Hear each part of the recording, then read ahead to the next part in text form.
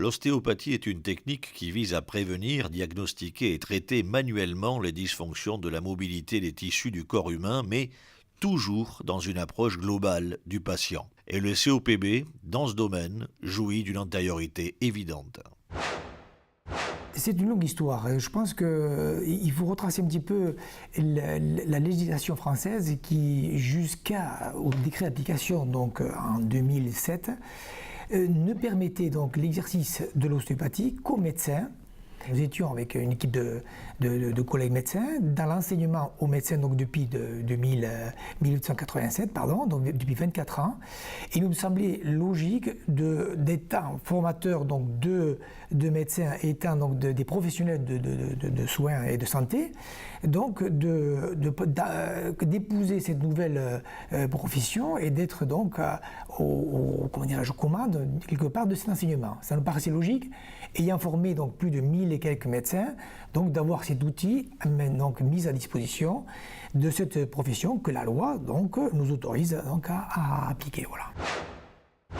Nous avons à la fois des jeunes gens qui sortent du baccalauréat et à la fois des reconversions professionnelles. Donc je crois que notre étudiant le plus âgé cette année a 46 ans. Et dans les reconversions professionnelles, nous avons des gens aussi différents que des officiers de police, des agents immobiliers, des agents d'assurance, des délégués médicaux. Et en général, ce sont des gens qui travaillent énormément et qui ont de très bons résultats. Et nous avons également des sportifs de haut niveau, puisque nous travaillons avec l'Académie basque du sport, qui depuis 2 ans, donc, nous avons demandé d'accepter des rugbyman qui suivent le cursus classique, puisque évidemment nous ne pouvons pas faire un timing particulier pour 2 ou 3 élèves. Mais cette année, nous avons à nouveau 2 rugbyman qui commencent en première année. Dès qu'un étudiant commence soit à faire preuve d'absentéisme, soit à cumuler des notes un petit peu basses, immédiatement donc on lui donne un rendez-vous pour essayer de comprendre quel est son problème et également de lui donner des méthodes de travail.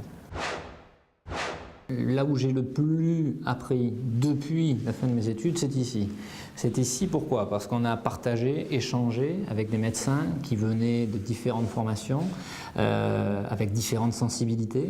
Et c'est vrai que ce partage entre les professionnels est aussi extrêmement enrichissant. Donc c'est enrichissant pour nous professionnels et vous pouvez l'imaginer donc pour nos étudiants qui ont la chance, eux, d'avoir, si vous voulez, donc un ensemble de techniques qui leur est présenté dès le départ. C'est un métier qui s'apprend surtout d'une certaine façon par un compagnonnage. On ne peut pas apprendre à poser les mains sur quelqu'un s'il n'y a pas quelqu'un derrière vous pour pratiquement vous mettre les mains sur le patient et lui apprendre de façon précise. Ce n'est pas un métier qu'on peut apprendre uniquement par des films ou des diapositives. Il faut vraiment qu'il y ait des enseignants en nombre suffisant pour pouvoir enseigner du mieux possible à ses élèves. C'est une approche technique, mais humaine avant tout. Hein. Nous soignons, c'est un humain qui soigne un humain, d'accord? Donc nous formons au mieux possible, hein. Nous formons dans la technique, mais aussi dans l'humanité.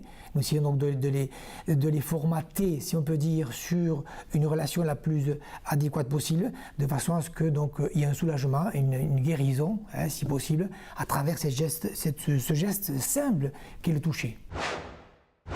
Il y a dès la première année une mise en place d'un tutorat professionnel, c'est-à-dire que les intervenants ici, médecins ostéopathes ou kiné-ostéo, ou ostéo bientôt, ont en charge 2 étudiants par année qu'ils suivent de la première à la 3e année. Donc c'est fait dans un but d'une relation privilégiée. Donc l'étudiant sait qu'il peut contacter son tuteur sans aucune précaution particulière. Qui peut donc l'aider, qui peut l'aider également à trouver des stages, puisqu'il y a aussi, en dehors de toute la pratique qui est faite sur place, des stages en milieu professionnel au cours de la première et de la 2e année.